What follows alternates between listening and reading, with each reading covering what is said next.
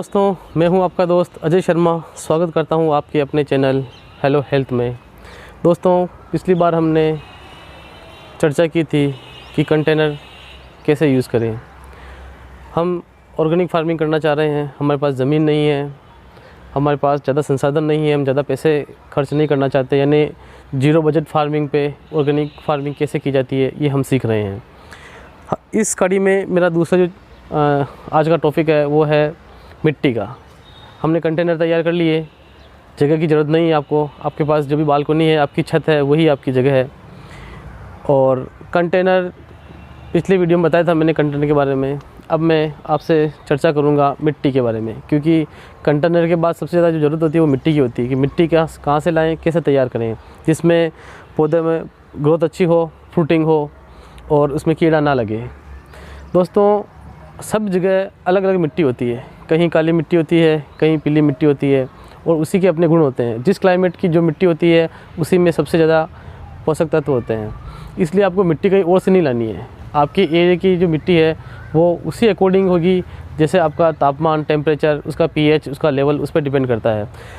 मिट्टी के लिए सबसे बढ़िया जो पौधे ग्रोथ करने के लिए सबसे बड़ा जो पीएच होता है वो 6.0 से 6.5 होता है। एसिडिक और एल्कलाइन 2 पीएच होते हैं।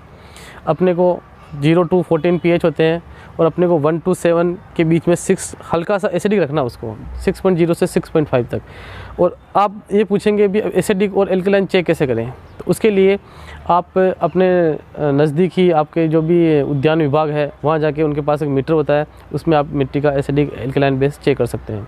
एसिडिक एल्कलाइन बेस चेक करना ज़रूरी है अच्छी फसल के लिए, अच्छी सब्जी के लिए, क्योंकि आपकी मिट्टी इतना उर्वरक कर पा रही है, उत्पादक कर पा रही है, नहीं कर पा रही है, वो उसके पीएच पे डिपेंड करेगा। तो पीएच चेक करना बहुत ज़रूरी है।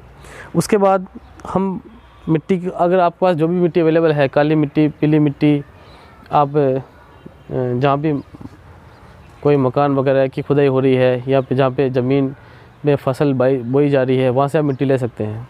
उस मिट्टी का पीएच चेक कर सकते हैं। उसके बाद आपको सारी की सारी मिट्टी अपने कंटेनर में नहीं डालनी है। मिट्टी में सबसे बड़ी जो ध्यान रखने वाली चीज़ वो ये है कि आपको मिट्टी केवल 50% ही लेनी है। 50% मिट्टी आप लेंगे, उसके बाद आपको खाद डालना है और वर्मी कंपोस्ट डालना है 30 और 20 की रेशो में। यानी 50% तो आपने मिट्टी ले ली, 30% आपने खाद ले लिया। खाद आप गोबर का भी ले सकते हैं और 20% उसको वर्मी कंपोस्ट लेना है। दोस्तों, बहुत से लोगों के पास मिट्टी अवेलेबल नहीं होती है, तो उसके लिए आप जहाँ भी खेत वगैरह जो भी है वहाँ से आप मिट्टी ला सकते हैं। अगर आपके पास मिट्टी नहीं है तो उसके लिए नारियल की जो जड़ होती है, नारियल की जो रेसेस होते हैं, उनको भी हम यूज़ करते हैं और उसको बोलते हैं कोकोपिट।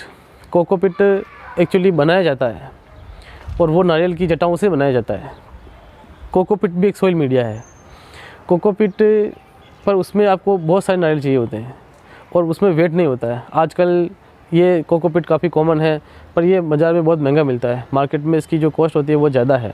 अगर आप जीरो बजट फार्मिंग करना चाह रहे हैं तो कोकोपिट आवश्यक नहीं है, लेकिन अगर आपके पास पैसा है और आप अपनी छत पे कम वजन डालना चाहते हैं तो आप कोकोपिट का यूज़ कर सकते हैं। यानी 50% मिट्टी की जगह आप 50% कोकोपिट ले सकते हैं, लेकिन उसमें आपको गोबर की खाद और वर्मी कंपोस्ट मिलाना ही पड़ेगा।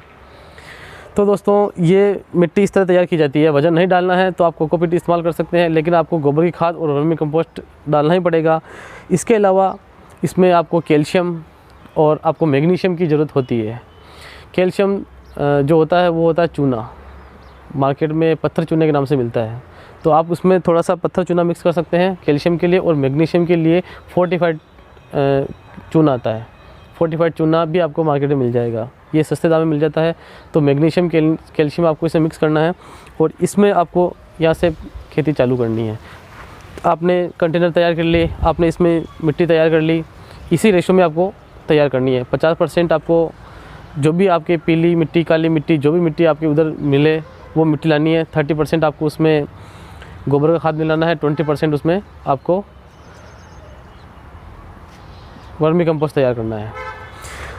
उसके बाद मैं अपने अगले वीडियो में आपको बताऊंगा कि उसमें आयरन, मैग्नीशियम, सल्फ़र, कैल्शियम ये अपने घर में हम कैसे बना सकते हैं। और उन्हीं को, क्योंकि हम ऑर्गेनिक फार्मिंग कर रहे हैं, इसलिए मैं मार्केट से कुछ भी लाने की ज़रूरत नहीं है और आपको मार्केट में सारे ही जो भी ये मिलेंगे विटामिन्स वगैरह, कैल्शियम वगैरह, ये सब केमिकल के मिलेंगे। हम उन्हें घर में तैयार कर सकते हैं। घर में आप तैयार करके उस पौधे को रिक्वायरमेंट जो सब्सटेंस की रिक्वायरमेंट होती है, कैल्शियम, मैग्नीशियम, जिंक, आयरन की, वो हम घर से तैयार करके वो भी दे सकते हैं पौधों को। तब पौधा आपका अच्छा चलेगा, कीड़ा नहीं लगेगा उसके ऊपर, और उसमें अच्छी फ्रूटिंग होगी और फूल भी अच्छे आएंगे और फल भी अच्छे आएंगे। थैंक यू दोस्तों।